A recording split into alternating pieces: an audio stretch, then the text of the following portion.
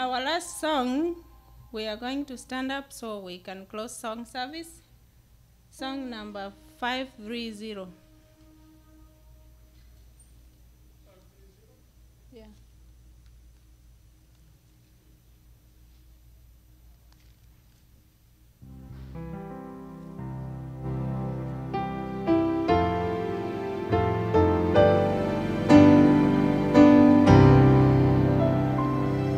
When peace like a river attended my way, when sorrows like sea billows roll, whatever my Lord that taught me to say, it is well with my soul. It is well with my soul. It is well. It is well with my soul. My sinner, the joy of this glorious dawn. My sinner did but a home.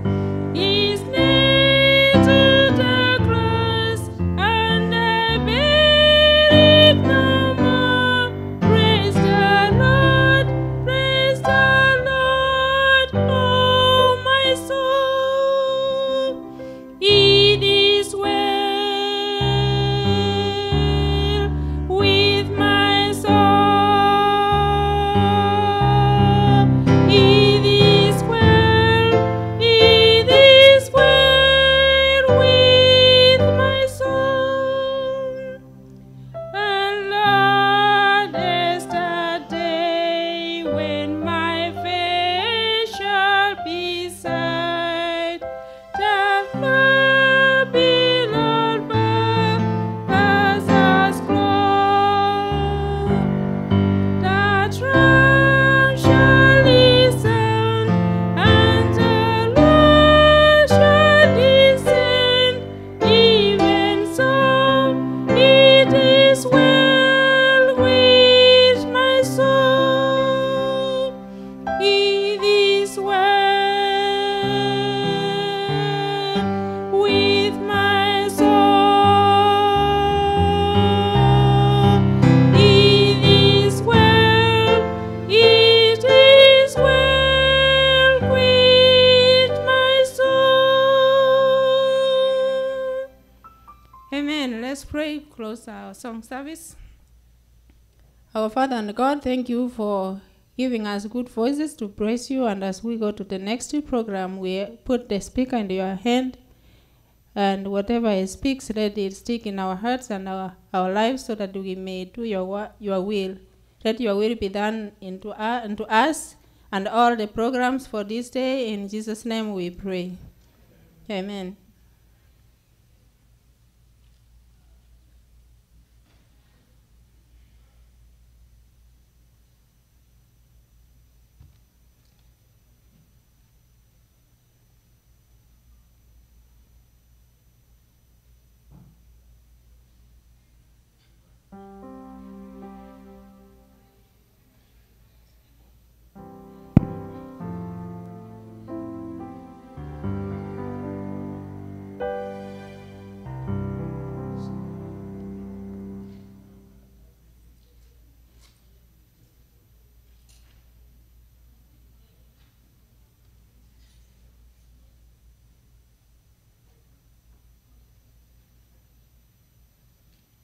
Good evening, everybody. Thank you for coming back again. Sorry, it's good now. Thank you for coming back. I hope you have a good lunch and you have a good rest. Just a tricky question. Do you know why when we eat, we sit down to eat? Why do we sit down to eat? Actually, what I'm asking you has nothing to do with family life. It's just something I want to just trigger your mind that you may wake up. Why do we sit to eat? Do you know there's no animal in the entire nature that sits to eat? We're the only creature that somehow we sit to eat. And that question always bothered me. And I say, maybe you have an answer. So if you have some answers, just come after that and talk to me. I'm doing some research on health. And I don't know why we sit down to eat. And it shows that actually when you stand and you eat, you have a better digestion. And the reflux, you don't have it, actually. You won't have all those gas and all the heartburn, things like that.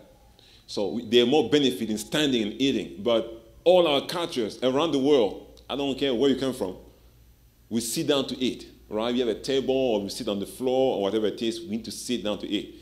When you look at the lions, they don't do that. They move around, they stand to eat, animals stand to eat. Some can sit down, lay down and to eat their bones, but to eat just like that, they all stand. They all stand. I don't know why, but if you know, just let me know. Amen? All right, I hope now you are awake. We're going to continue with our series and just how can we make our families better. And I said last time that there's a difference between family and marriage. Marriage is what will drive the family, with the creator of the family when it comes to the one who will expand the family. God gave that to the married couples for them to expand. He gave that to Eve and Adam. But fortunately, the devil wants to destroy marriage. He wants to destroy family. He wants to make it so complicated that the desire of marriage and will just vanish from us. He has made it so ugly. The issues, back in the days, issues of the marital issues are simple to understand and simple to fix. But now it's difficult. It's complicated. There are more ramifications. Sometimes you want to say, hey, should I take that lady to remain in that marriage or not? She's afraid. She's abused. And you can, in your right mind, tell her to stay. Because you know nothing is happening. But we don't have the right to say that. God didn't send us to preach divorce. He didn't send us to do it. So we are tired. But we only see the ugliness. Family, last night I was sharing that with pastors that, I got a call from a friend, a couple that I actually had the privilege to officiate their wedding. The woman called and just said that, you know what, Pastor, I'm done. I'm done. I'm filing for a divorce. I'm leaving in 3 weeks. I'm moving to Virginia. That's it. I tried. And she went on crying, telling me all that happened ever since. And I'm hearing this woman crying, talking, and telling me her pain, her struggle. There is no verse, no biblical text, no comfort that can come out of my mouth to meet the pain of this woman. Nothing. I was just speechless, just listening, pouring her heart. That's what I'm going through. And when you hear that, you say, how can even someone live such a life? It's struggling. I said, right now I'm talking to you, I'm in my car. I've been sleeping in my car tonight. How did we go from there for beauty? She was so beautiful in her wedding gowns to crying through depression in her car. How do we get there? It's the devil. The devil is on your case. The devil, that's his work. And I was sharing with Pastor Collins that he doesn't care if you receive the mark of the beast or not. He won't care about it. He won't care about if you fight for the Sabbath and all stuff. He won't care about it, actually. he just makes your life miserable at home. And that's enough to keep you from heaven. Simple. Nothing the state of the dead, or one should eat meat, or should eat pork or not. He's saying you are good with all those things. I will make it just hard for you at home. That you make decisions that will affect not only you, but your children, the entire community. That's it. That is it. And for tonight, I decided not to go too technical, but to have a story in the Bible that we are going to look into. I shared this story before in this church, and I want to go back to it again. That's a long time ago. I can remember, I know, but you cannot remember anymore. It's in Genesis 15. Before we start, let us pray. Genesis 15, we're going to pray first. Father, we want to thank you so much for your grace. We thank you because you are the restorer of family, and you are in business of recreating your image again in our marriages and in our families. I pray that as we listen, may you speak, Father. And as for me, God, you know what to do with me, to keep me in the dust of simplicity, that your people may see Christ alone, the one who died for them, that by seeing him, they may have faith in him, and they may have life. Pray in Jesus' name, amen. Genesis 15.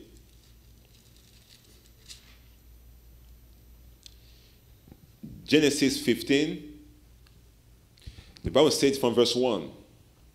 The Bible says, after these things, mean that after Abraham met Melchizedek. I got an echo here, a feedback. Yeah. After these things, the word of the Lord came to a vision, saying, do not be afraid, Abraham. I am your shield, your exceedingly great reward. But Abraham said to the Lord God, what will you give me, seeing I go childless, and the heir of my house is Eliezer of Damascus?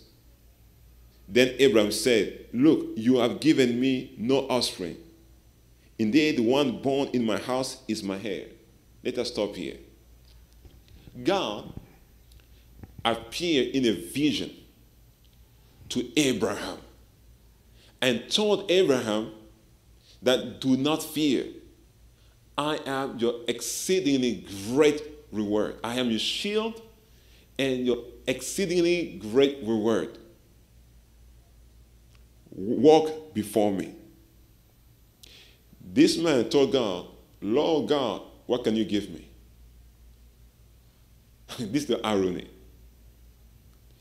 Abraham had a wife, we all know, who could not bear a child, Sarai. And Abraham was so fruitful when it comes to money, cash. He made money. His father made money. He died. He inherited everything from the dad. He's making money as well. It's growing. It's a big community. By the way, I know that if you're like me, when we're growing up, I used to believe that Abraham was moving around only with his wife and his nephew maybe and some few people. No, when Abraham was moving around, it's the community that's moving. It's like the entire, Arlington moving. People moving. It's a community that's moving. It's like almost a city moving. Big. They have workers, they have cows, they have so many things moving. So when they move, they have come. Just imagine, so when they move to Egypt, they arrived in Egypt. Egyptians will see and say, hey, the group of people who have come. So they were big. He was rich. He was loaded, as we say today. He was rich. But he had a concern. His concern in the family that his wife could not have a child. And that's the problem. So even though he was having money, all those stuff, but he was still sad because he doesn't have an offspring. Even though God promised that, come out from your father's house, I'll make of you a great nation. Yeah. That's chapter 12. 12, 13, 14, now we have 15. And God came back and told him, do not fear. Now, I'm going to stop here. when God reveals himself to someone, he's revealing the name he will take, the title he will give you is related to your situation. Let me say it again. In the Bible, when God shows up to someone and he says, my name is this, the title he has, he will give you, is related to what? To you. To what you are actually going through. So, this man is scared of what? He said, do not fear. Do not fear. I mean that God could read his emotion, his heart desire. Something is missing. God knew it. And I am your reward, your exceedingly great reward. God has never introduced himself like that to anybody. I am your reward. Not that I will give you a reward, but I am your portion. I, God, will give myself to you. I give myself to you. And guess what Abraham said to God? Lord, what will you give me? Oh, wow. What will you give me? You know, God shows up to him, telling him that I'm going to do this to you. He said, listen, man, what can you give me? I have everything I want. But I don't have a child to inherit all these things. That was his preoccupation. There's no one there to take over if he's gone. And he was approaching that age already. And he worries. He worries. And he does not know what to do.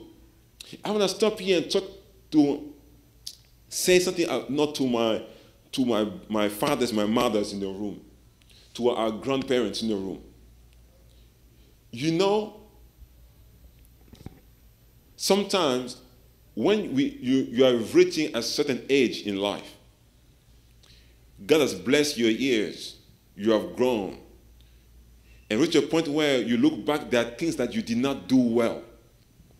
Maybe there's a child that is not married, or maybe is married or has a child out of wedlock. You may think, oh, I didn't do well, I didn't do this, that's why they are like that. You start now to think about all that you could have done, but you did not do. And you regret badly. And then you see you are in your last years. You are weak. There's nothing that you can actually say or do to fix their lives. You regret. It's a time of loneliness because no one will understand the feelings that you're going through at all. You look back, you say, man, I wish I've done this differently. I wish I've done this, I wish I've done that. But you didn't. And because of that, you have a very horrible last years of your life until God will allow you to sleep in the tomb. Because you are looking back and say that I didn't do right. And sometimes grandparents, they try to catch up with their grandkids. What they did not do with the kids, what they do? They try to catch up with who? With the grandkids. They missed theirs, they're putting that on the grandkids, right? Because that's to give them some hope, some joy, some happiness. But God is saying that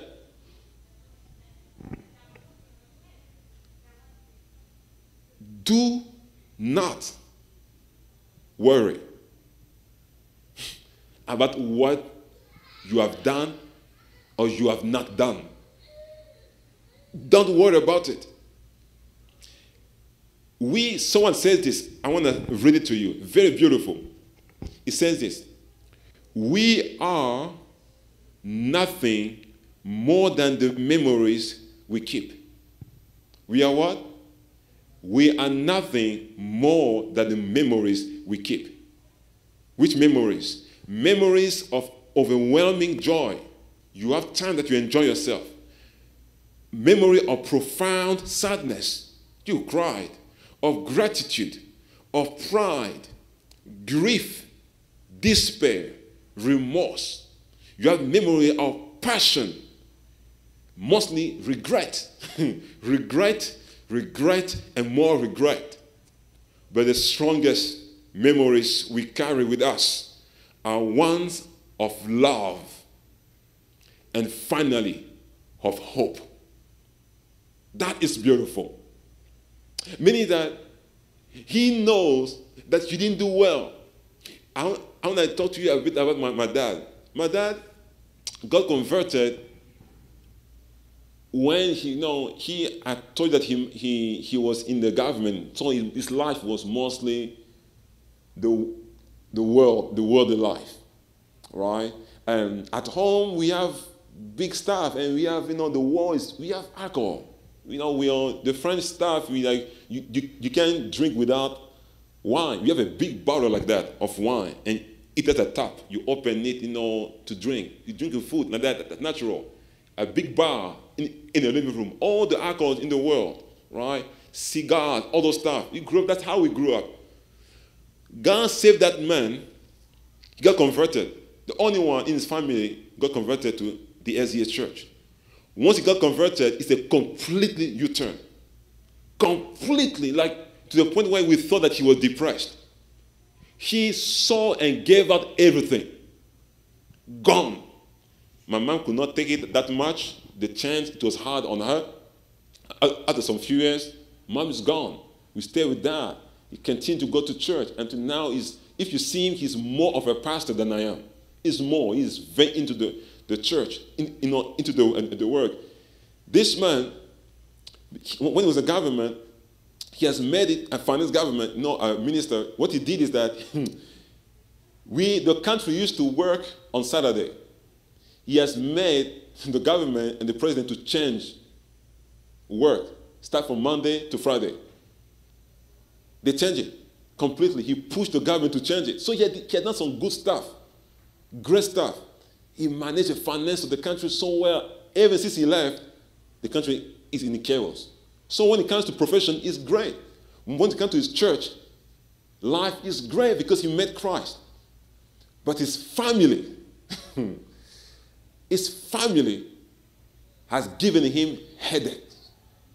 His children, they didn't grow up in what? In the church. They are wild. Their marriage is broken. Things they do is crazy. And when I go visit him, I could see that he's struggling in his last years. He's regretting. I wish I met Christ before. I wish I've done that. I wish I've done this. I would tell him, Dad, life is not all about that. Life is about being grateful for what God has done for you. It's being grateful. It's not being perfect in what you've done yesterday. It's about being grateful for what God has done for you. What did God do to you? Can you count them? Thank Him for it. He has never thought that one of his children will be a pastor. I am a pastor now.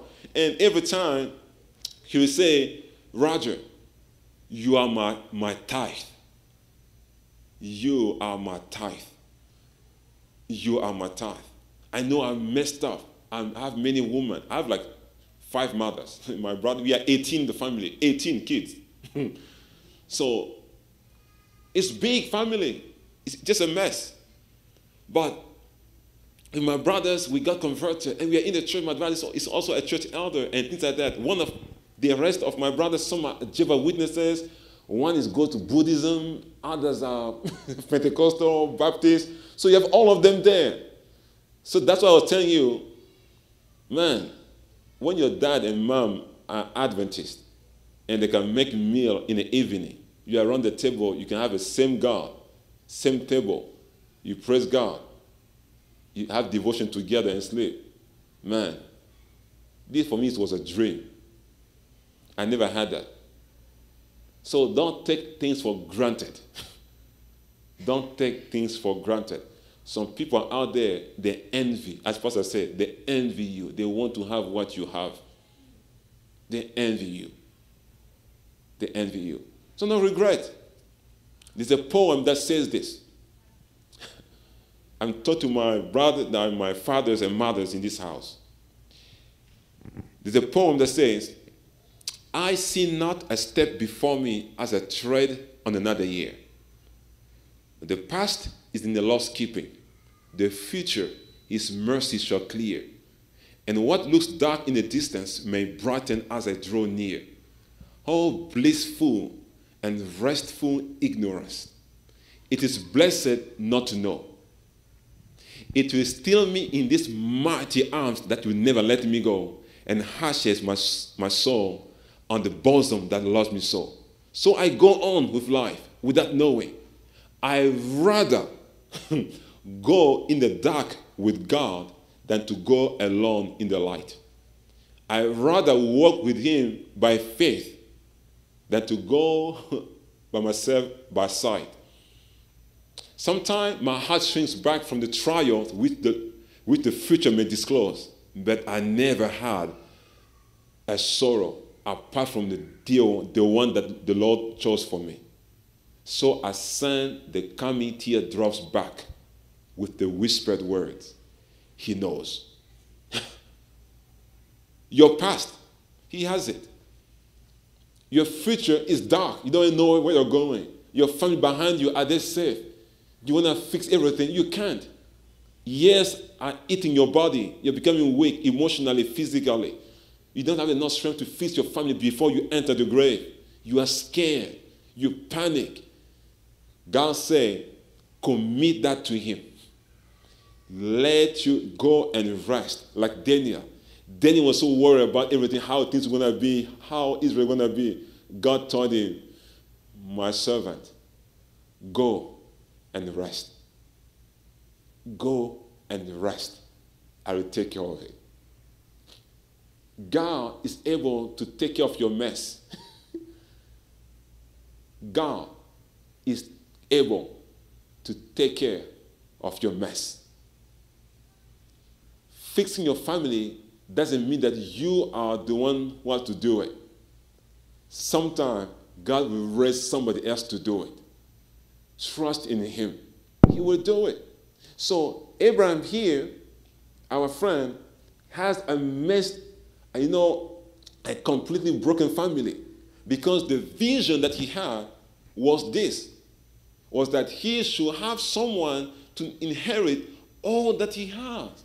But there's no one. The only person who he has was a slave, was born in his house, Eliezer. Can you believe this? And what God did, God gave him a vision. And when he continued, before I continue that, he said to God, Lord, after God told him that I am your shield and your exceedingly great reward, he said, man, what can you give me? I don't have a child. It means this. He's saying, God, I don't want to hear anything from you. Anything from you. If I don't have a husband, I don't care about what you can tell me. If I don't have a wife, I don't care. If I don't have a child, I don't care. If I don't have a car or this job or this house. Like he brought God so down to the level of inheritance where God is saying, I am your inheritance. I am your inheritance.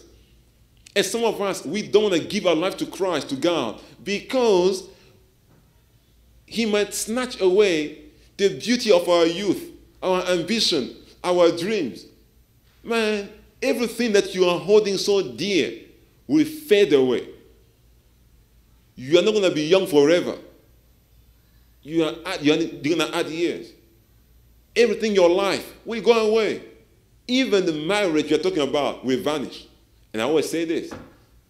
Marriage will always end with tears. When you sign for marriage, you are guaranteed to cry at the end. Death or divorce. But you're going to cry. One way or another. We can't put our faith in it. We're going to cry. God is telling you, put your faith in me. There's nothing in this world that's able to give you what I want to give you. Brothers and sisters, what God gives is better. People sometimes, they love their body. Oh, my body is curved. And my sister, they love their body. They praise their body, look themselves in the mirror, I'm beautiful. Yes, you decorate yourself. You are happy. You're proud of yourself. You show your beauty. You put it on Snapchat, on Facebook, on Instagram. Take selfies. Yes, enjoy all those stuff. But it goes. It goes. I mean, and then you fall into depression because now you start having wrinkles. Your body is adding weight and it's not losing it. Then you go like, what's happening to me? You'll cry. Man, now you look at, you go on Facebook, you see how your friends are looking good, better than you. Now you go home, you're depressed, you're miserable. Who sent you there? You put your faith in these things which are passing. Putting your faith is what is useless. Imagine you go to school, you are smarter than that, but yet you fall into stupid and silly things about your body, your hair, your makeup, the clothes you wear. All those things, they go. I don't even need God to tell me that. Just common sense to tell me, one day, I'm not going to look the way I'm looking today. I used to have afro. I lost everything. It's gone. Everything's gone. But if you put your faith in those things, you'll be miserable. Miserable. God is here to tell you, Abraham, remove your feeling and your heart in this thing. Let me give you what is better. I am your sheep. I am your guarantee. I am your insurance. I am more than an insurance. I am your assurance. And your exceedingly great reward. And then you, with your crazy mind, you say, oh, God, what can you give me? Oh, man, come on. I'm going to die with no child. God say, he said, look, Eliezer, this guy was born in my house, this slave guy. He's now the one who will take everything from me. And God said, no, that's not true. It's not this guy. I'm telling you, Sarah, your wife, we have a child. He said, man, forget about it, man. Forget about all these promises. Just forget about it. Don't make me dream like that. Don't give me hope for no reason. I'm okay. I just want to be okay with what I have. I said, no, man, come out. Come out. Say, look at the stars. Eventually, you go from zero, no child, to stars. Count the stars. Can you count them? No. Okay. That's how your sin is going to, how the off is going to be. And guess what they did? He looked and said, okay, I believe. And God, the Bible says, and God counted it as righteousness. Now, it means this. When you say counted it as righteousness, it means this. What I'm going to say, it sounds crazy, but actually that's what happened. All right. This phone, for example, let's say is $200 US. All right? 200. And then I come to I look at it, I like it. I say, man, I want that phone, but I don't have the money. What I have, this paper. Are you with me? Are you following? This paper.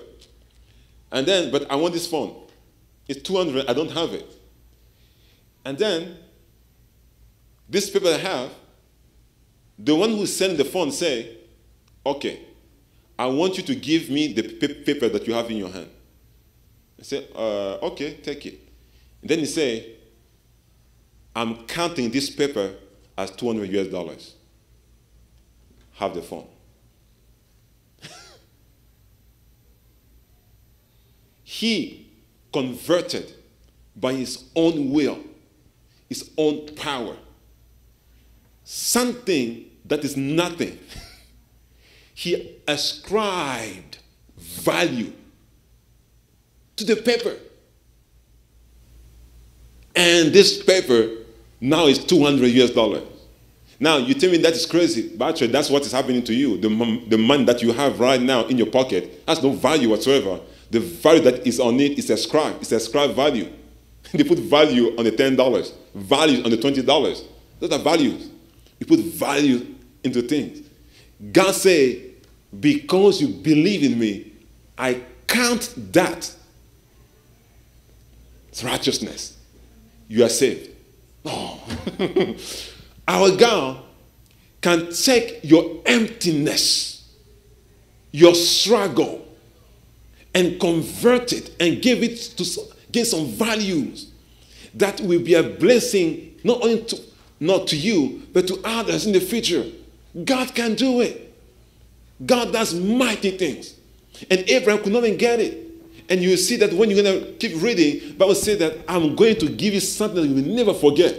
So God told him to do what? Bring to me some animals here.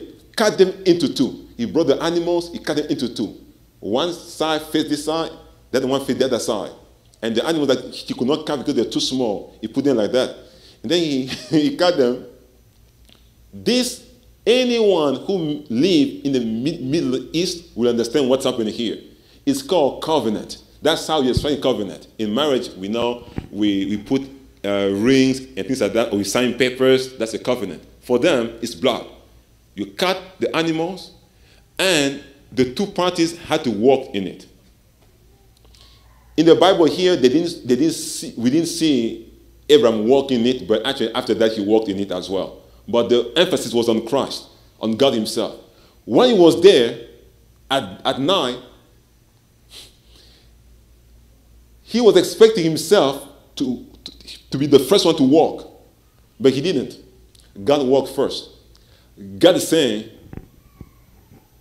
I walk,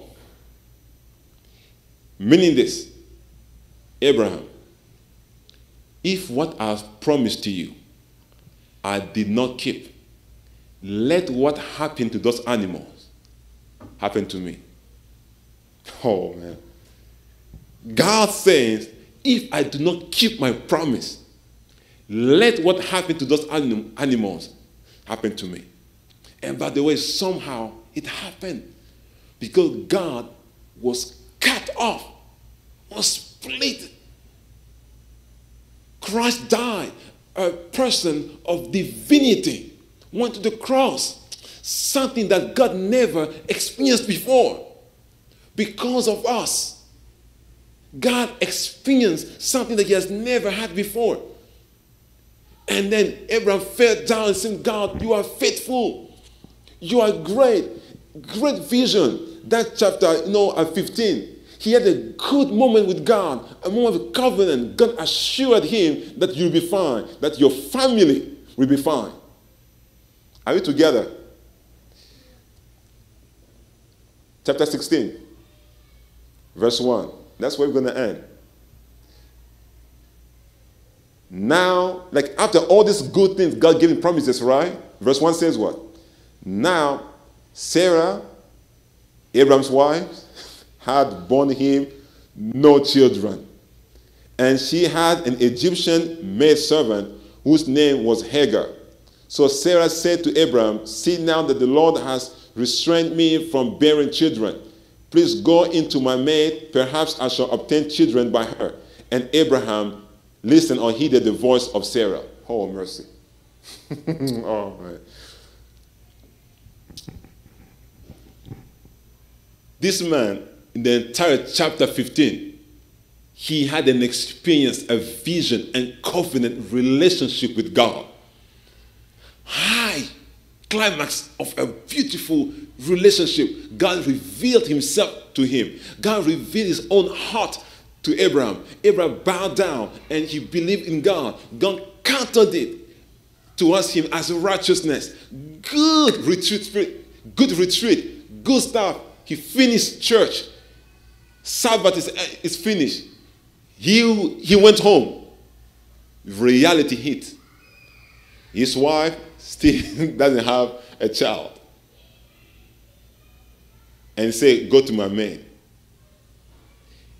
Abraham, having all this memory of what God has done already, as promised, he forgot and put them in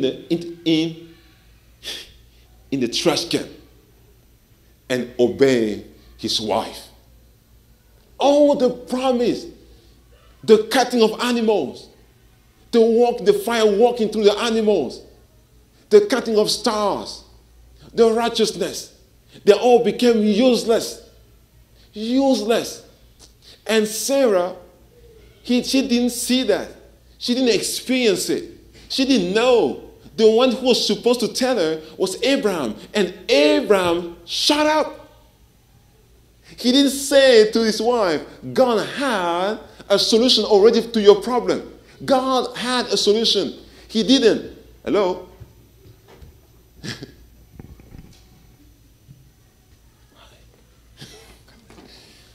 God had a solution already. God has a solution to your problem. He has it. And tonight, I want to introduce to you a new kind of a dysfunctional family. A family that's seen together. A family that does what? Sings together. They decide to do something and get God's revelation. Sometimes it's the husband who does it. At a time, it's the woman who does it. But the worst is when the two agree to disobey God. They disobey God. And they created a new solution.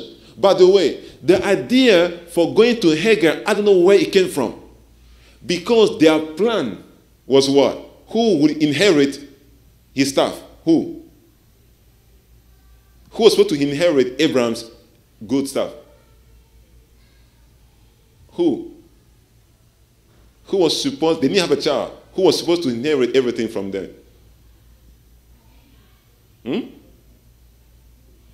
We read it.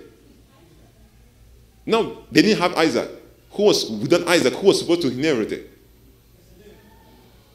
A slave. By the name of who? Eliezer. The plan was that if we go, it's Eliezer who will take it. So let me ask you, how in the world they change it to Hagar? That is a dysfunctional family. Once you are now working with God, you wane. You change. You don't know what you do anymore, and you decide to go against God. God told you his plan already. He has told you. If you walk away from what God has said, brothers and sisters, you are not going to make it. You are in for trouble. You'll be in pain. You will. There is no happiness without Christ. There is no family that is safe without Christ. Money will not keep it together. Your sexual love will not keep it. I don't care how much of sex you have. I don't care how much what you are watching. I don't care how much all that you're doing, you're not going to make it. The one who has instituted marriage should be the center. You have to put him in. You have to listen to his promise. Even sometimes things are not happening well in your marriage, in your family. Do not rush to the world. Rush to God. Ask him to teach you how to walk in the right path, and he will restore your family. God has restored family before me that I saw myself. I know God is a restorer.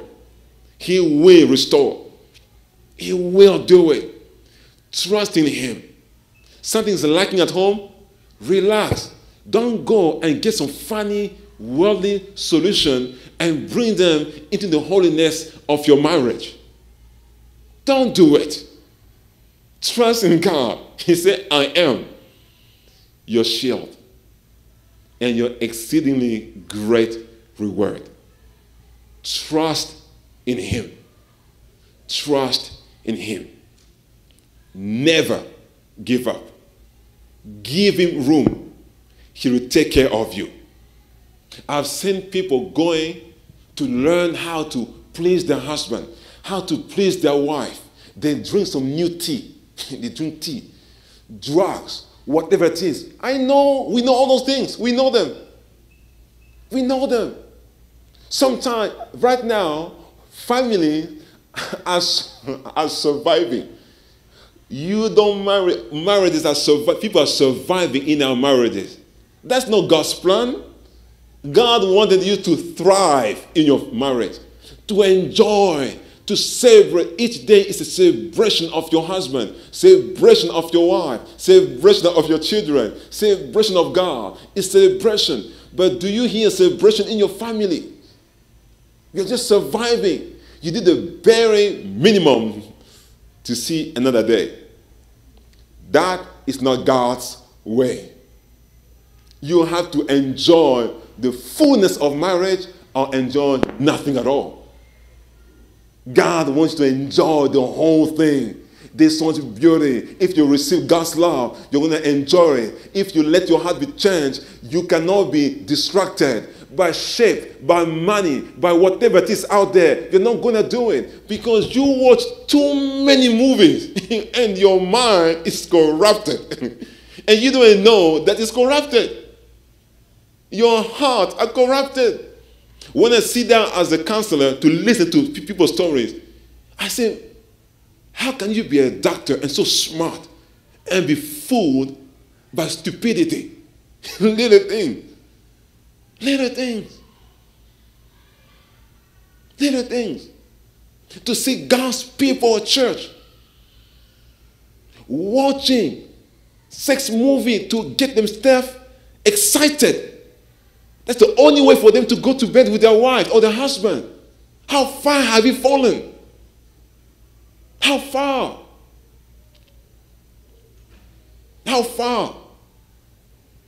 And we see those things, and we know that we do them. And because nobody sees us, we say we are fine. Oh, I pray that God may appear to you and tell you that do not worry. Do not be scared. Do not be afraid. Do not fear. I am your shield.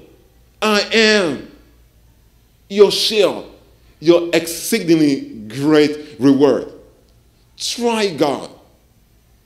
Try God. Try God. He will set things fine for you. He will. Sometimes marriage will be bumpy. Family is difficult. Children are crazy. Pray that you don't lose your mind. Remember God. The road on which God is taking you may be rocky, bumpy, but it is safe. He will take you to the end. I want to make an appeal for tonight, for the first time. It may not be your experience. Maybe your family, things are great. Or maybe you know someone who is not all right. But you want to just say, God, I want to commit myself to you. I don't want to commit my marriage, my family to you, my children to you, my husband, my wife to you. I want my family, my home to be a reflection of your will. I'm not there yet, but I'm on my way. I can turn my face towards it. I can do it. I don't know how to do it, but I can turn and look at you and trust in you. That, just like Abraham, you may take my emptiness, just my emptiness, my desire, my will, turn it into righteousness. And God can do it. If there's anyone wants to do that, please stand with me. Stand that we may pray together. Say, God, I want you to do it for me, for my wife, for my husband, for my children. My life has not been all right. I have been acting up or doing what? I'm struggling. I live day by day. But I'm far away from what you have promised to give to a family man, to a family woman. But I want to trust in you, that you may do in me what I cannot do for myself. God is faithful. God is faithful. God will do it. Don't fright. Don't be afraid. Don't be scared. For what is you're going through is not stronger than God. It's not stronger than God. It's not stronger than God. He has seen it all. Oh, Lord. He has seen it all. He has seen it. No matter how dark is where you are in your family, do not give up. How dark that you have your child is gone, do not give up. Your dad, your mom, gone, do not give up. Don't give up. If society cannot put their minds together, if immorality is all over you, Don't give up. Don't change your view of marriage or your view of God. Do not change. God will show up. He will. Father everlasting, we come before you tonight. We thank you because you are good and you are faithful. You've taught us today that you are a God who can take our nothingness and turn it into greatness, to righteousness. Lord, we all who are standing before you, we don't have the same story. We have different stories. Some of us are married, others are not. Still others are widowers or widows. Some, Father, are standing because of their daughters, their sons, their great son, their great daughter. All these people have a story that you alone know. And some who are still growing, that in their youth became strong, having desires and planning for a family, imagining and having that ambition. We are all at different stage, but we have a same Savior, you, our Father. Oh Lord, the devil, since we gave our lives to you, has never left us alone. He has made life so miserable for us, so miserable. Our family, we are just struggling. Each day we live in pain, emotional pain, mental abuse, physical pain and brokenness. But we live day after day. We have done things to ourselves, Father, just to please our spouses, our children, our fathers, our mothers. Things we are not proud of. Things that we are regretting, but we cannot remove from our memories. Oh Lord, God of justice and God of mercy, may you forgive. May you cleanse. May you remove what is ugly. Remove the guilt because Christ bare all the guilt on the cross for us. Give us peace that comes from your salvation. Peace that comes from the fact that you've claimed us for yourself and you accepted us in the beloved one. Oh God, as we go through this seminar, it's not only talking and talking, but we have a reality. Abraham went home with a reality that something is missing at home. But you alone was his reality. May we choose your reality above our own reality. May we choose yours. Oh God, may we choose your reality. Because your reality is supreme. It's the ultimate one. Oh, bless our families. Renew our vows. Renew your love and your promises to us. And fulfill them for us. Help us to reach the rock we cannot reach by ourselves. In Jesus' name, amen.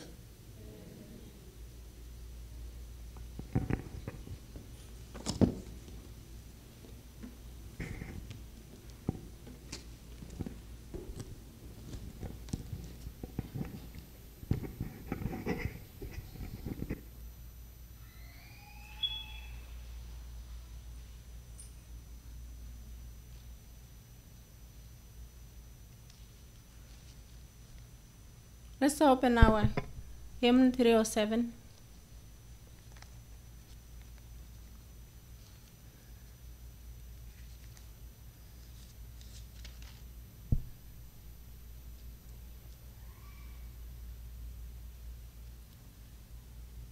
I am coming to the close. 307.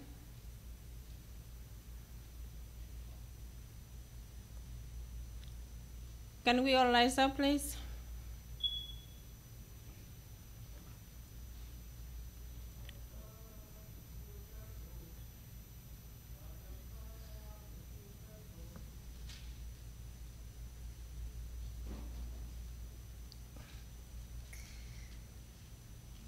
Three oh seven. I'm coming to the close. I am coming to the close. I am poor and weak and blind. I am come.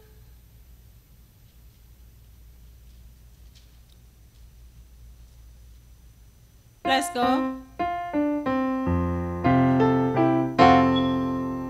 I am coming to the cross. I am poor and weak and blind. I am counting all my trust. I shall feel salvation find. I am trusting, Lord, in Thee. For Thou Lamb of Calvary, humbly heart Thy save me, Jesus, save me now. Lord, my heart has sent to Thee, long as evil and within. Jesus, sweetly speak to me. I regress you from my sin. I am trusting, Lord, in Thee. For Thou Lamb of Calvary, humbly heart Thy cross I bow. Save me, Jesus, save me now. I give my heart to Thee, friends and time and heart restore. So thine to be, glory thine forevermore. I am trusting, Lord, in Thee. For Thou Lamb of Calvary, humbly heart Thy cross I bow. Save me, Jesus, save me now. Jesus, come to fix my soul, perfected in Him I am. I am everything to hold. Glory, glory to the Lamb. I am trusting, Lord, in Thee. Oh, Thou Lamb of Calvary, humbly heart Thy cross I bow. Save me, Jesus, save me now.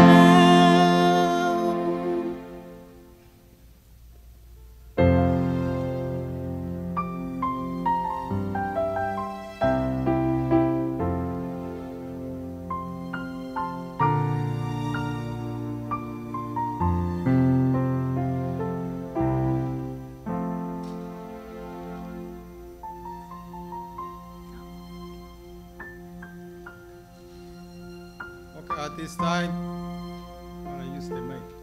At this time, we welcome the pastor. Those who have come for the first time, we welcome you. We thank God that you were here.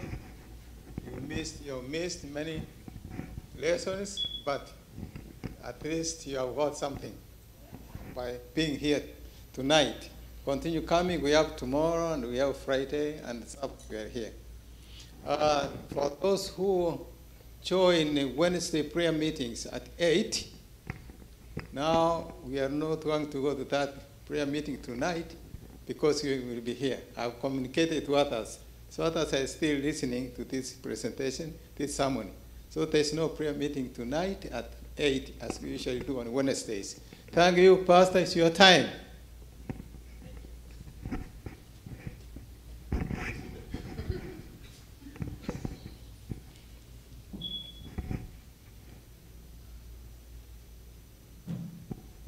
Thank you.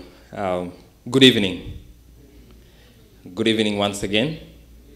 I thank God once again for His goodness towards us. There is nothing we give God for Him to keep us alive.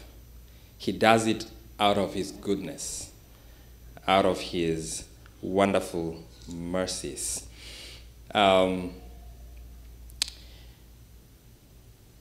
I see many new faces, some familiar faces.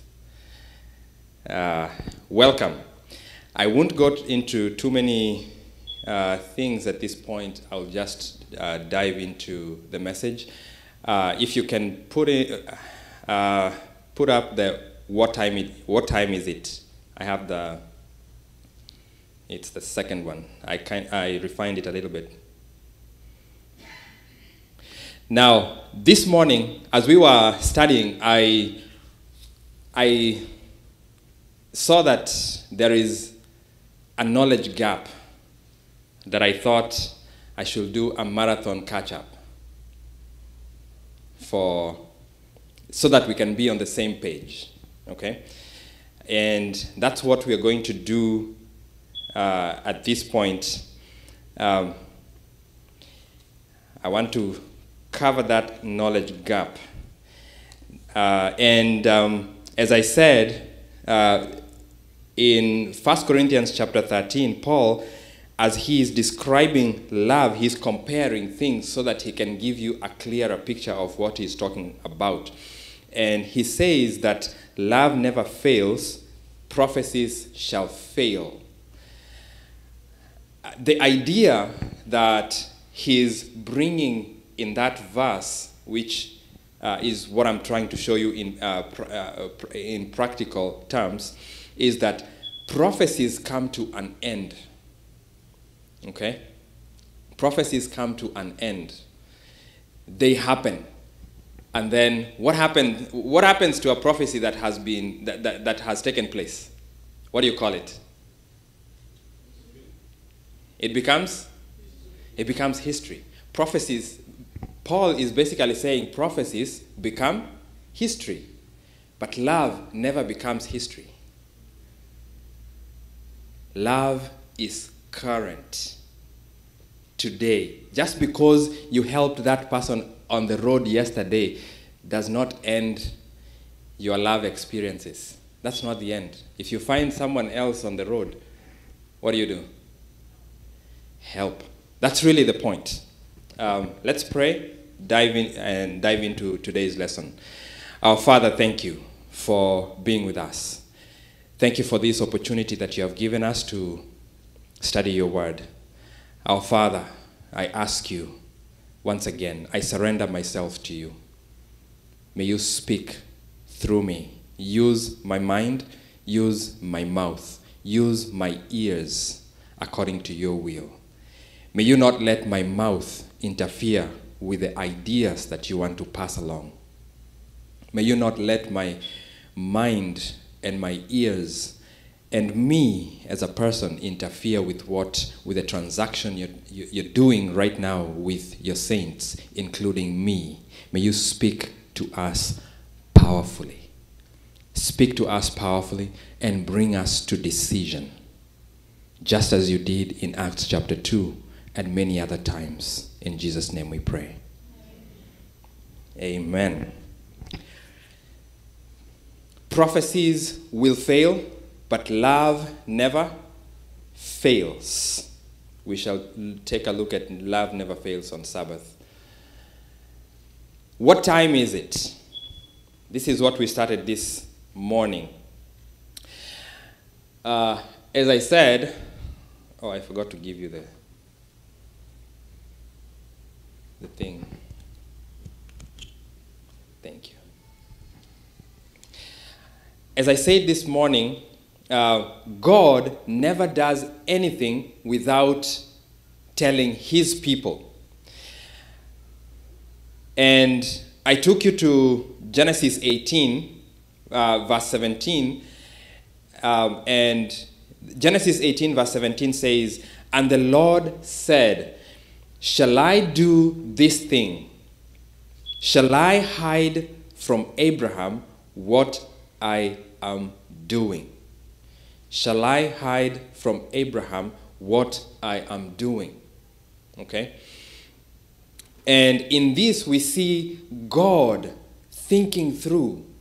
God has you in his heart. He's thinking through as he talks and as he plans things and as he performs things. He asks himself questions. because he loves you so much. Young people, God loves each and every single one of you very, very much. Humanity is actually right next to God. Shall I hide from Abraham what I am doing? To Amos, God said in Amos chapter 3 verse 7, surely the Lord God does nothing unless he reveals his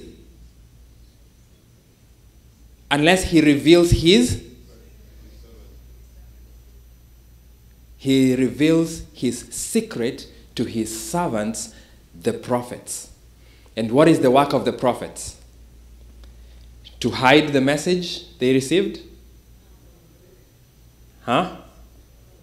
Prophets, they receive the secrets from the Lord in order that they may hide it under the bushel? No, in order that they may pass it on to God's people, so that they will be warned to avoid the coming crisis. In Ezekiel 22 verse 30, the Bible says, so I sought for a man among them who would make a wall and stand in the gap before me on behalf of the land, that I should not destroy it, but I have found no one.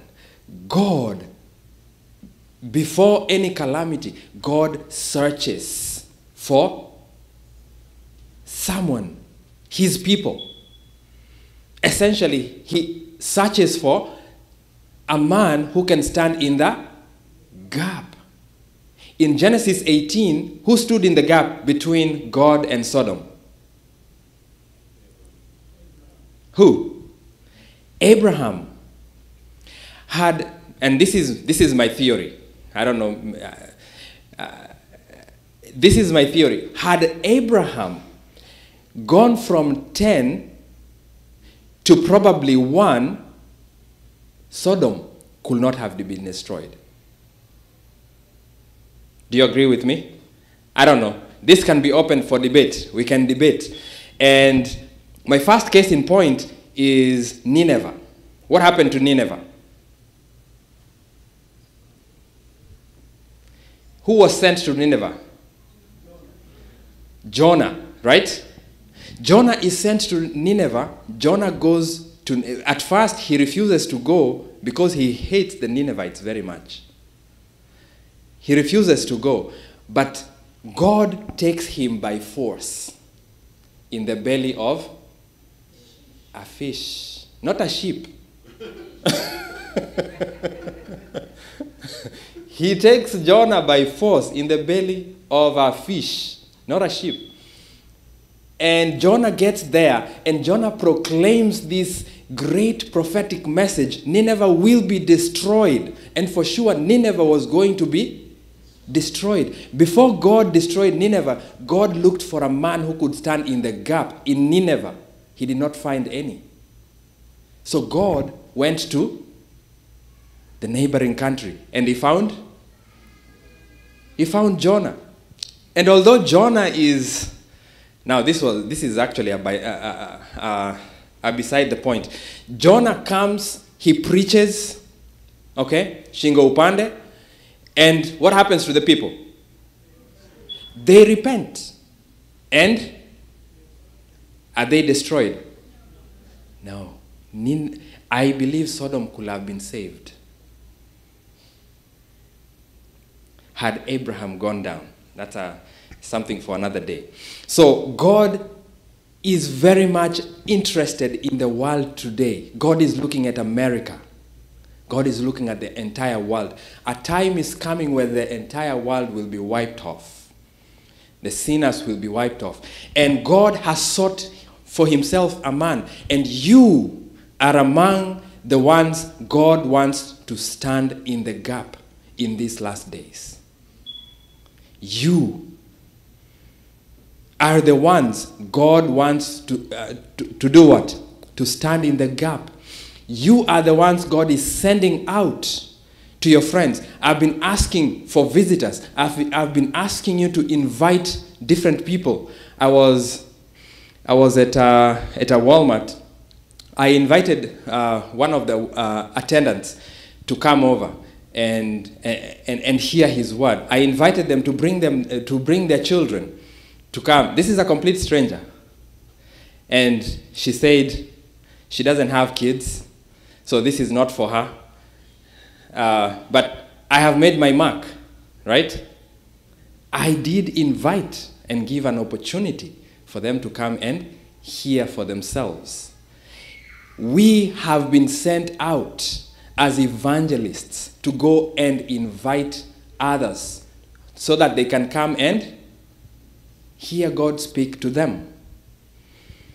Okay? So I sought for a man to stand in the gap. Are you going to stand in the gap?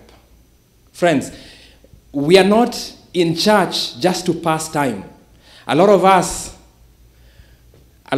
live our lives very interestingly. We join a church for the social benefits. Right?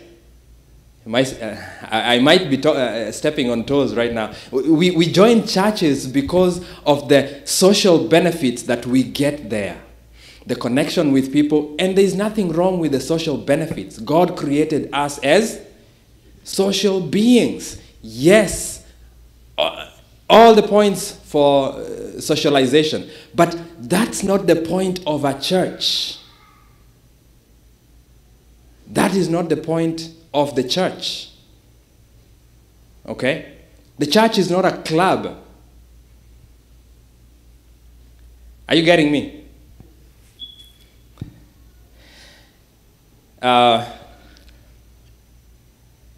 Yeah, let me save that sermon for another day.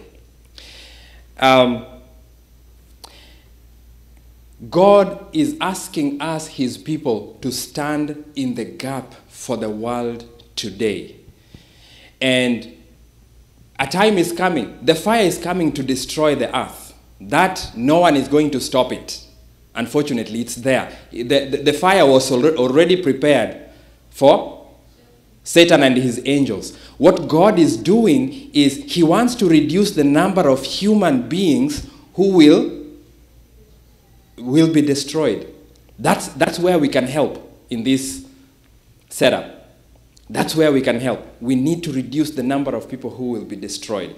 Now, theologians have divided prophecies into two categories. One category is classical prophecy. Now, this is a class.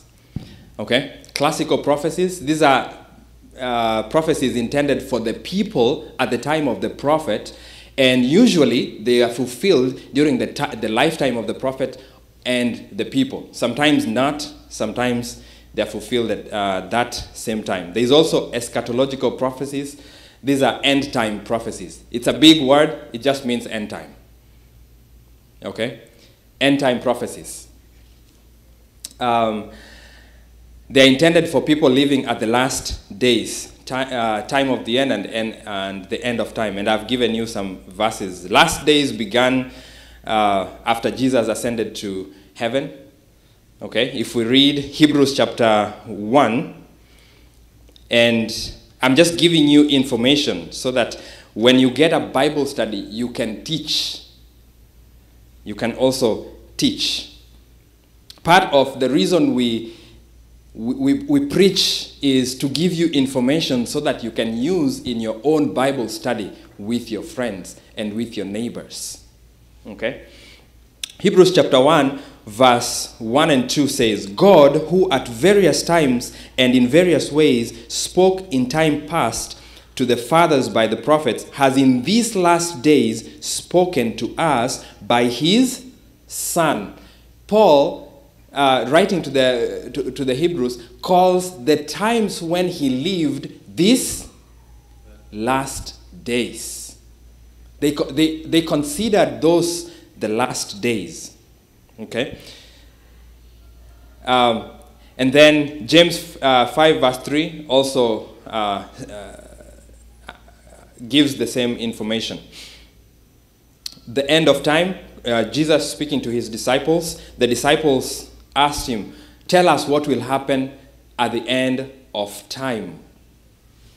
at the end of the age, the end of time. So the end of time is a period of time, and Jesus went into this monologue, this long monologue of the last day events, what's going to happen, what's going to take place, on and all to the end. In Daniel chapter 17, Daniel talks about time of the end. In Daniel chapter 12, verse 4. We read it this morning. I'm trying to go fast so that I can cover a lot of material. And this is just a survey. Let's turn to Daniel chapter 2. Okay, I'm not going to read now. We'll just go through each one of them. In Daniel chapter 2, God gives a dream. To who? Talk to me. To David? Daniel. Daniel chapter 2. Who dreams? Is it Daniel?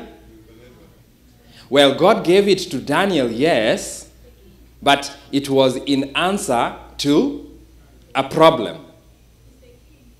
Who does God give the dream to? To the king, Nebuchadnezzar. Okay? Now, just a trivia. We just read God gives his secrets to his prophets, right? Was Nebuchadnezzar his prophet? Who is his prophet? Yet God gives the prophecy to Nebuchadnezzar. What a wonderful God. And then in Jeremiah, God calls Nebuchadnezzar my servant. Do you see that irony? God is so connected to this earth. God loves us so much that he will survey and look for who am I going to reveal this secret to. And if he doesn't find anyone fit for it, and you see, God wants everyone to know. And so he looks for a channel that will make everyone to know. In this case, if God had just given Daniel the dream, what could happen? He dreamt. Daniel is a slave in Babylon, right? So God passes the dream through the king. Okay? And the dream is about an image with a head of gold, chest and arms of silver, belly and thighs of bronze, and legs of iron, and then feet, iron and clay. Okay? So that's a shell. God has given them a shell with buckets. And Daniel asks the Lord for the interpretation, and God gives him the interpretation, right? What does Daniel tell Nebuchadnezzar the king? That the head is you, O king. You are the head of gold. Right? And then after you shall come another kingdom that is of lesser strength. And yet after that kingdom, there's going to be another kingdom. And after that kingdom, there's going to be another kingdom. Okay? So straight away we know that the head of gold is Babylon. The next one is Medo-Persia. But Daniel does not reveal that. Does not reveal the other information. Okay? So Daniel knows the image and he knows Babylon at that moment. But he knows that another kingdom is coming. He did not reveal the name because he did not know it at that point. You see, God is very meticulous. The same way when we read Genesis chapter 1, God is very systematic. He started by light. He went into the firmament, he went into land and sea. He goes systematically, and then he started filling those spaces. God creates containers, and then later on, at the right time, he fills all those containers with different things. So in this case, he has created containers here. And then he filled the first container with the kingdom. All right, so I'm doing this for especially the young people. Now, this is just an image that helps me to explain these things. Okay? Don't worry about Egypt and Assyria. Those I would cover it in a different presentation. But we are more interested in Babylon, Medo-Persia, Greece. In Daniel chapter 7, God now gives Daniel the prophecy. Okay? This is during the Babylonian time. And he now explains. He now gives Daniel the prophecy of how many animals? How many beasts? 4 beasts. What was the first beast? First beast? The lion. Remember it? The lion was the first beast. The second beast was a bear. Okay? The next beast was a leopard with how many heads? 4 heads. Okay. The next beast was the monster that didn't have a name. Did you notice that Daniel did not give it a name? Okay? That's in Daniel chapter 7. Now, the vision in Daniel chapter 7 is related to the dream in Daniel chapter 2. Okay? The vision in Daniel chapter 7 is related to the vision, to the dream in Daniel chapter 2. You've heard all this separately, but I'm bringing all of them together for your sake. Okay? So, and then after the dragon, there's the little horn. Okay? All these are kingdoms, according to Gabriel, as he explains to Daniel. Okay. Daniel receives another, a few years later, Daniel receives another dream in Daniel chapter 8. And in this case, how many beasts are there in that vision?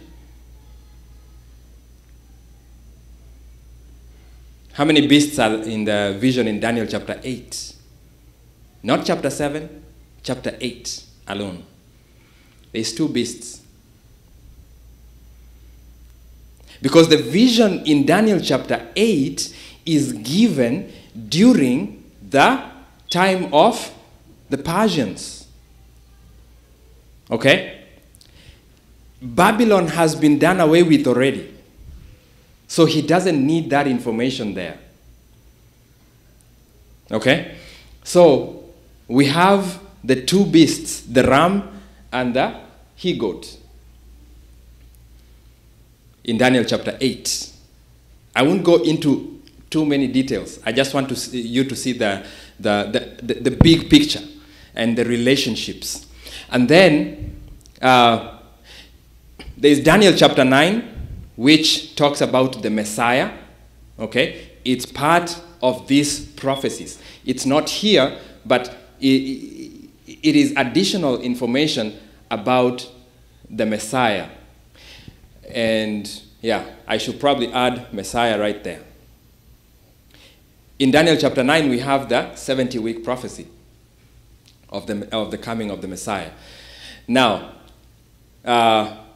we move from Daniel and we go to Revelation, and Revelation chapter 13 has this, verse 1 has the dragon, okay? The dragon is identified as Satan, okay?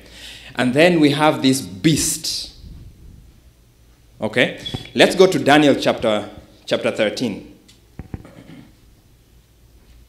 Daniel chapter 13.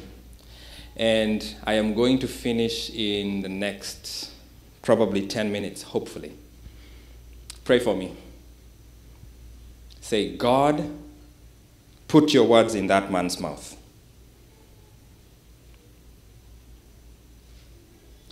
Our Father, may you reveal what you want us to know tonight. In Jesus' name we pray. Amen. In Daniel chapter 13, this is what John writes. Then I stood on the sand of the sea, and I saw a beast rising out of the sea, having 7 heads and 10 horns, and on his horns 10 crowns, and on his heads a blasphemous name. Now the beast which I saw was like a leopard. Okay? His feet were the feet of a bear, and his mouth like the mouth of a lion. His mouth, the mouth of a lion. The dragon gave him power, his throne, and his great authority. And I saw one of his heads as if it had been mortally wounded, and his deadly wound was healed, and all the world marveled and followed the beast. Now, going back to the image, Revelation 13? Did I say Daniel? I am sorry. I meant Revelation. I am so sorry. I apologize. I'm trying to go fast. In my mind, time is running fast, and I need to cover all these things. So I'm sorry. There's no Daniel chapter 13. I apologize there.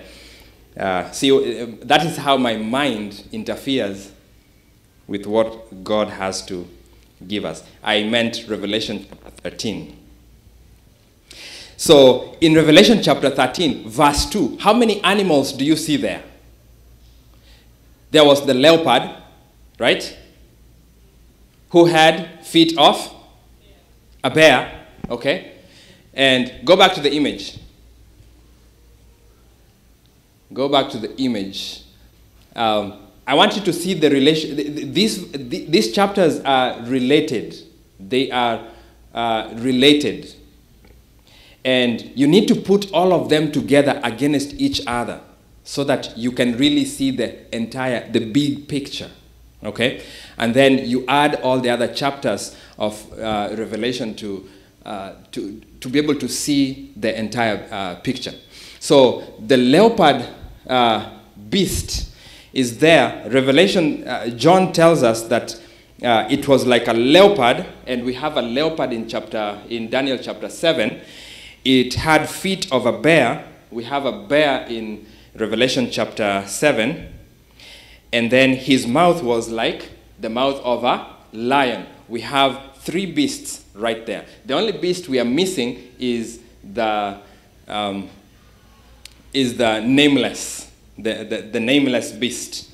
The very fierce beast is not there. But when you look at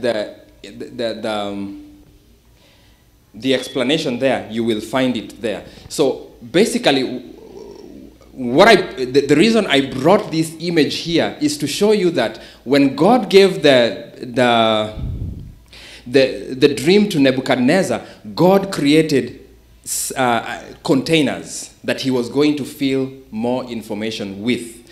When God gave the vision to Daniel, essentially, God was filling the image with more information. Daniel has received the basic information in Daniel chapter 2 when he was explaining to the king what the dream was meant. And then God gives him more information in terms of the vision about the beasts. And notice that Gabriel, the same angel, comes and explains what those beasts are. And when you pin them against each other, you see consistency throughout. The Bible is consistent. Okay? In other words, God is telling them the same. He is giving more information from the previously given information. After this time, this kingdom will come.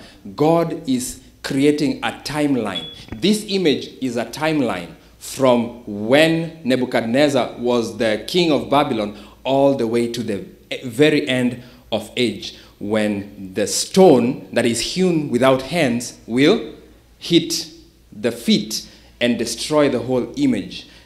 Essentially put an end to all prophecy.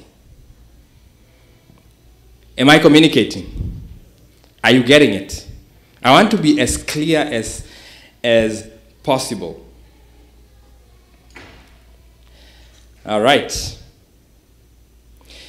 So we have Daniel 2, Nebuchadnezzar's dream. We have Daniel 7, Daniel's 4 beasts. We have and the little horn. We have Daniel 8, the two beasts, the ram and the he-goat. We have Daniel 9, the Messiah's time prophecy. We have Daniel 12, where God tells Daniel to close the book. And he tells John in Revelation chapter 10 to open the book and prophesy again. This is Revelation chapter 10. And beginning from verse 8. Beginning from verse 8 all the way to verse 10. I won't read all of it. I will read verse 10. Verse 10 says, "Then I took the little book out of the angel's hand and ate it, and it was as sweet as honey in my mouth. But when I had eaten it, my stomach became bitter. And he said to me, you must prophesy again about many peoples, nations, and tongues, and kings." Essentially, the prophecy had been opened, and more information had come to John, and he was able to understand some of these things. And then we have the beasts of Revelation 13, where we are now. So Revelation chapter 13, we have that huge beast, which is essentially the timeline from Nebuchadnezzar all the way to the wounded head. And then we have from chapter 13, from verse 11 going down, we have another beast. Now this is the beast from land, and in the morning we saw that is the United States. But then there's another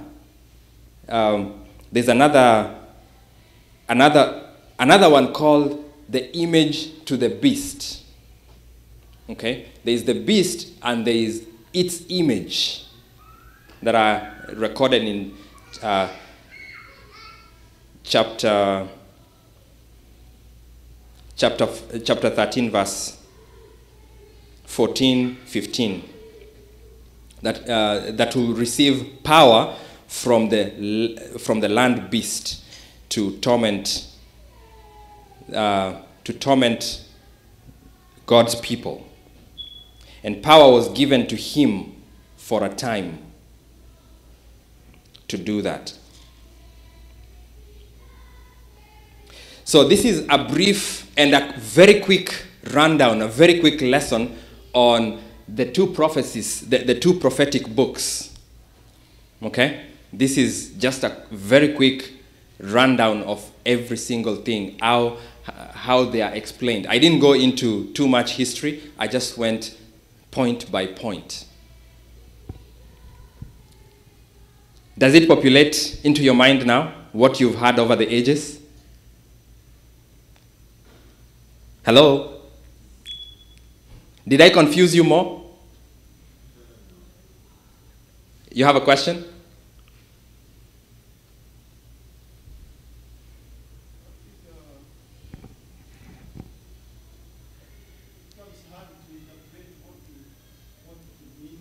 Uh-huh.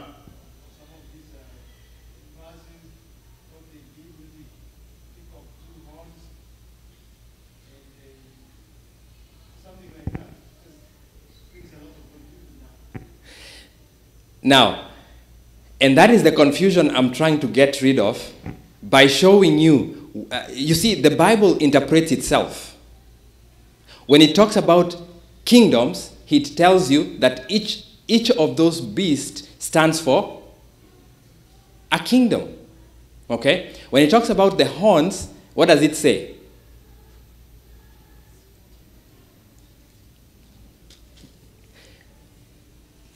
What does it say? Yes, the horns also stand for kings and kingdoms.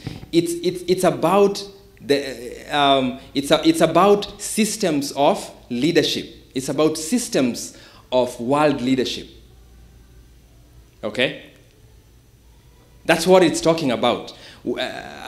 I'm trying to make these two books not to appear as fearful as they have appeared over the years. You see these animals. The image here is basically a timeline. Okay? It's a timeline. It's like God could have drawn a line on the wall from here all the way there and said, Babylon will begin. This line stands for Babylon. This line stands for Medo-Persia. This line stands for, and this one stands for, and on and on. This is basically a timeline. It's nothing to fear. Okay? And it's easy when you just draw it and you go point by point. Now, nowadays we have these computers where, but they are dangerous in some way. You can Google for that image and you can get it.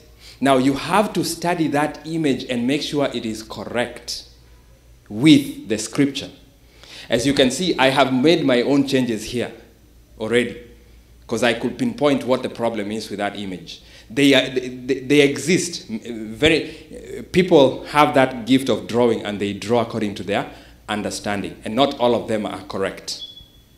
So you have to study the Bible and study the image and make sure it is correct before you use it. Okay? So this is where we find ourselves in Revelation chapter 13. Okay? So all these, they are all connected. They are all interconnected. And then when you come, now, this has moved away from those images, okay? And now, the one who created this has now used a timeline, what God could have used, okay? It's basically a timeline, and you pin every single thing that you read from the Bible, from the Bible, and also from the spirit of prophecy. When you take each one and you put it together as a container, and then you fill it with the information that is coming from the scripture, you basically create something that is easily digestible by you and by others. And that's what I gave you in the morning. If you need a copy, let me know. You can get a copy. Okay? Are we together? All right. My time has run out.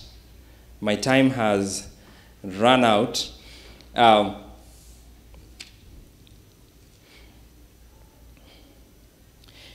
And I need to close. All right.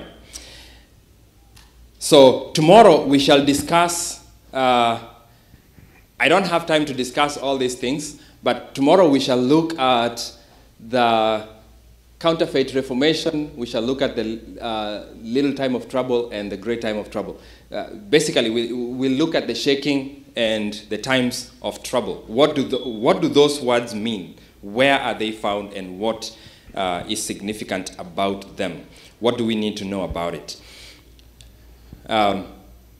So we'll look into those things a little more deeper tomorrow. Yes? Say that again? Why is it important to study those animals?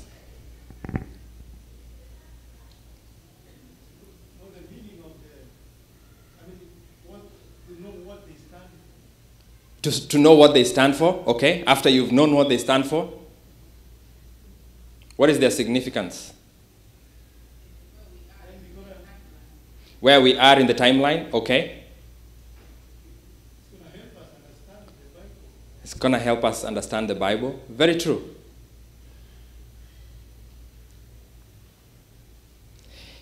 Now, God gives us the prophecies. Jesus, speaking to his disciples, told them that I am telling you so that when it happens, you will know that I am the Christ.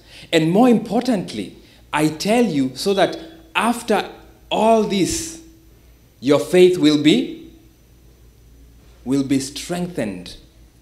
The reason we study prophecy, the reason you need to know these stories, okay? The reason you need to know these stories is your faith is dependent on them.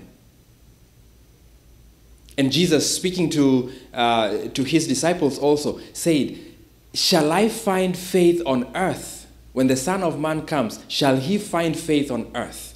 Jesus was concerned about our faith.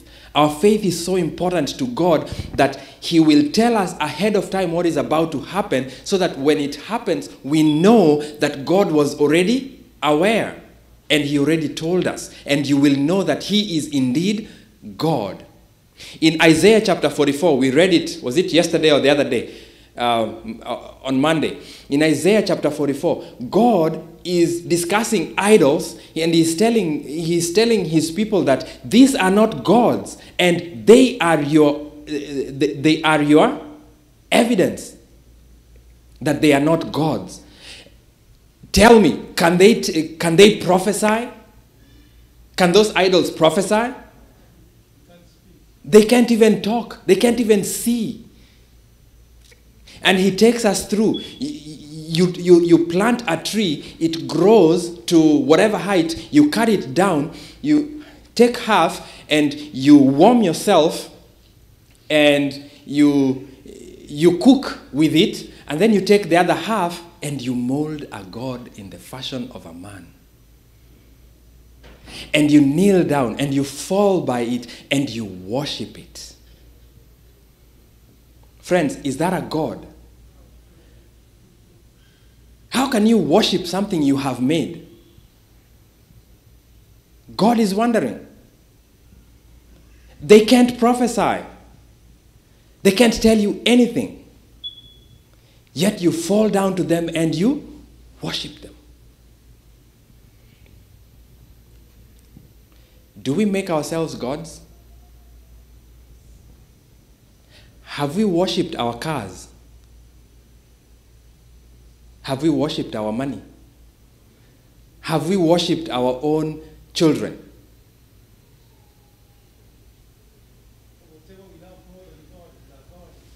Yes.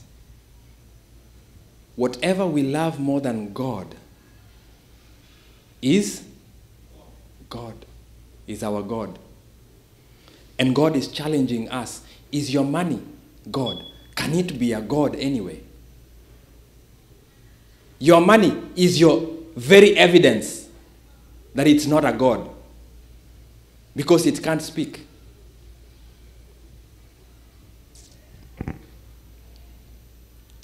Some of us worship our houses. We are so faithful to our houses back in Kenya. We build them very faithfully.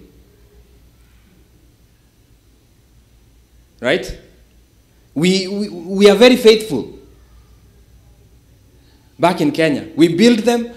Every day you work faithfully that you may be able to send some money to do what? To make sure that that house is built. Yes, the house is good. We have worshipped things. We do not keep the commandments of God because of our own things. My friends, God is speaking to us tonight.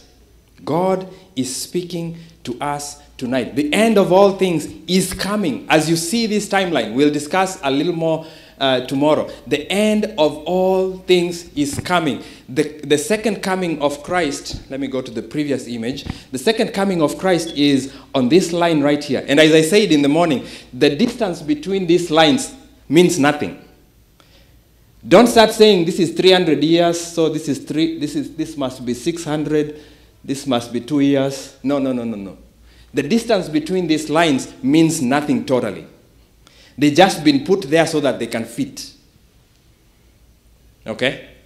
The significance of this image is just to put what the Bible has said is coming to take place, so that we can see the big picture. Okay? And that's the same with the other images. They're not supposed, don't take a ruler and start measuring and say, oh, this is 3 centimeters, so if this is 3 years, this is going to be 5 years. No, we don't have any time prophecy after 1844. So we can't pin time to the prophecies beyond that time. Okay? Am I clear? The end of all things is coming. This rock is fast approaching. You know, every time I hear NASA saying they've seen something, when they look at their stethoscopes, they've seen a rock that is coming to hit the earth. I say Jesus is coming. Hallelujah. Jesus is indeed coming. When the world is getting afraid and people are trying to direct their nuclear weapons to destroy the rock before it comes. The last one, it was to hit the earth in, was it 2018? 2018 or 2012? I can't remember. I was reading them. It was to hit the earth, and NASA and Russia and other countries, they were studying it. They were studying the projectile. What is its path? And they saw that it was coming to collide with the earth in 2018. And so they were trying to look, what can we do about it? Because if it hits the earth, it's going to destroy the earth. What can we do? And this is why they are sending small vehicles to Mars to see if there is a possibility of life. We can go occupy that if the earth is destroyed. Okay, so far we've had 7 vehicles to the Mars: Perseverance, Curiosity, and others. It's nice to just see where humanity is going. Friends, this rock is coming. This is Jesus himself. He is coming. And the signs of his coming are right before our own eyes. The rock will come. The rock will destroy everything. Friends, you know the car you own? You know the house you have built back home in Kenya? I know we don't value the ones we have here. We don't own them. They are owned by IRS. I am not discouraging you from buying them. Buy them. Okay? I'm not discouraging anyone from buying anything or keeping it. I didn't say go sell your house. No. I did not say go sell your house. But I'm telling you, when Jesus comes, you see this rock, when Jesus comes, your house in Kenya will be firewood.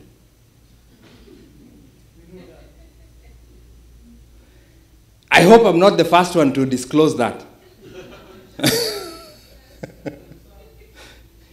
Your Mercedes-Benz with the flag in front will be firewood. Because no cars are going to heaven.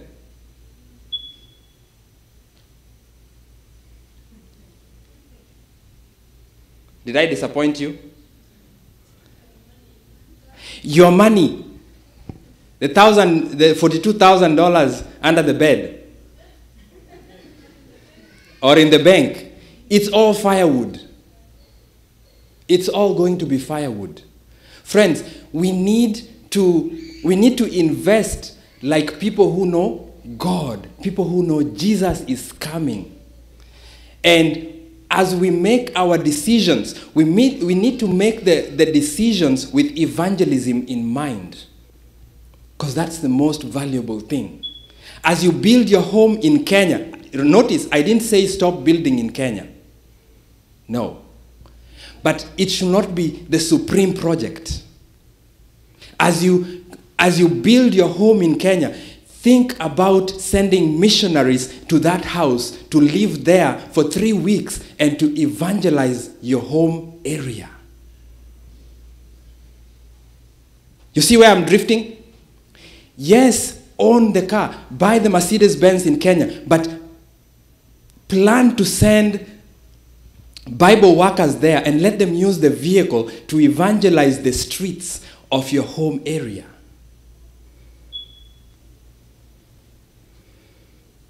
Christianity 2022. Are you getting it? Yes, let's be mission-minded. Let's look forward. Love cares for others. Don't go to heaven by yourself. You see, there's a story. Sorry, I should have finished 10 minutes ago. But there's a story of someone who dreamt that he and his friend were together. Now, this friend came to know Christ. They were doing drugs together, and somehow he got great controversy, and he was changed. And then he started doing canvassing and proclaiming the gospel. And then one day, as he was home, he had this dream that he was in heaven. Okay, the city of God had come down, and it was after their 1,000 years, and the dead who had rejected Christ were now resurrected. And as they were resurrected, the city of God was coming down back to the earth. You see, the walls are walls of glass, right? He was on the inside, and he saw his friend on the outside. And their eyes met. Their eyes met. He was in the inside, his friend was on the outside, and he was looking in, and he saw him. And the countenance of the friend failed. And the question, it's like they communicated. And in his dream, he remembers thinking, he's probably asking, why didn't I tell him about Jesus? Friends, we are going to heaven. Soon and very soon we are going to heaven. Have you taken the time to tell your friends and your family out there that Jesus is coming?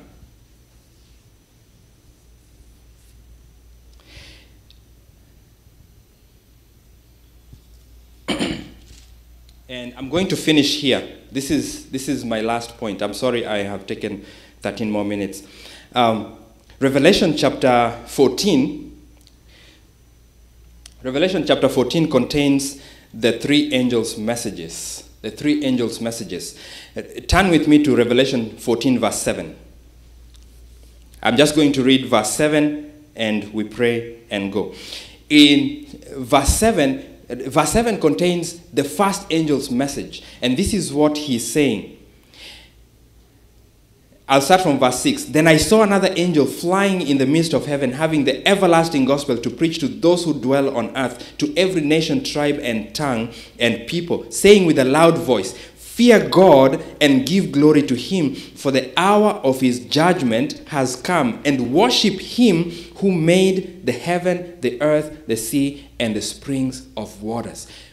Friends, there are three angels, and there are three messages. The first angel's message is the main message. He says, fear God and worship him. The other two angels, they are warning people. Fallen is Babylon the Great. And the other one, if you receive the mark of the beast, they are warnings. But the main injunction is fear God and worship him. Do not worship idols. Worship him who is God. He has called you, and he has sent you out to go and bring more. Worship him. Fear God and worship him. That's the injunction we are given in Revelation chapter 14, verse 7. Verse 12 says, here is the patience of the saints. Here are they who keep the commandments of God and have the faith of Jesus. Jesus told his disciples, if you love me, keep my commandments. Friends, I call upon you. If you love Jesus, keep his commandments. And one of his commands is go out and make disciples.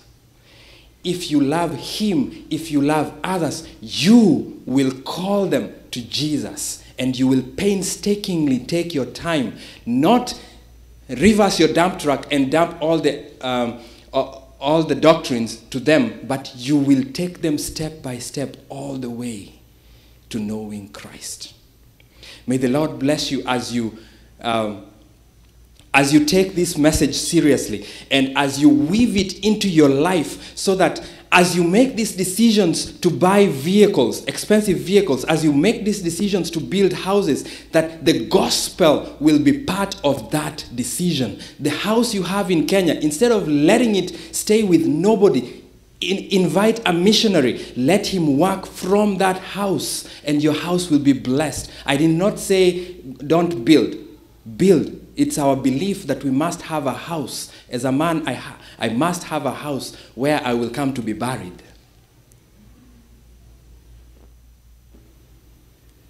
But as we build these houses, may the gospel be in our minds. Send missionaries there and let them live there as they work for the Lord. In your house here, invite missionaries. Let them come and work for the Lord from that point to your neighborhood. May the Lord bless you. Let us rise up and pray. I invite you, as you make your decision, and whoever you're bringing, please ask for this card from Pastor. Pastor has them here.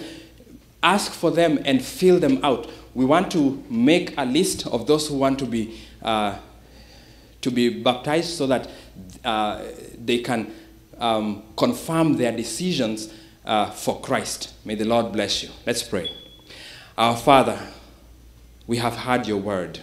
We have seen an overview of the prophecies, dear Lord in heaven. And we have seen how the prophecies are important because they are intended to increase our faith in you. And by increasing our faith in you, they are also intended to increase our love for you, because you tell us the secret things. You tell us what you're about to do, dear Father. They're not like our earthly fathers who leave the house and they don't say where they are going. But Father, whenever you leave the house, you tell us where you are going. It is a testament of your love for us. Father, we pray that you may help us to prioritize your work. We pray that you may help us to make decisions for you, dear Father in heaven. And Lord, we pray that you may help us to confirm those decisions by baptism. I pray for every congregant here, dear Father. May you speak to them. The ones who need baptism, Lord, they are yours. May you help them to express that decision, dear Father. May you help them to express that desire, so that we, in turn, can work with them, so that we can show them who you are, how much you love all of us, dear Father, so that we may prepare ourselves for your second coming. Oh Lord, as we study your word, may you continue to bless us. May you continue to reveal these truths to us, dear Father. We pray all this in the name of Jesus Christ, our Savior. Amen. You may have your seat.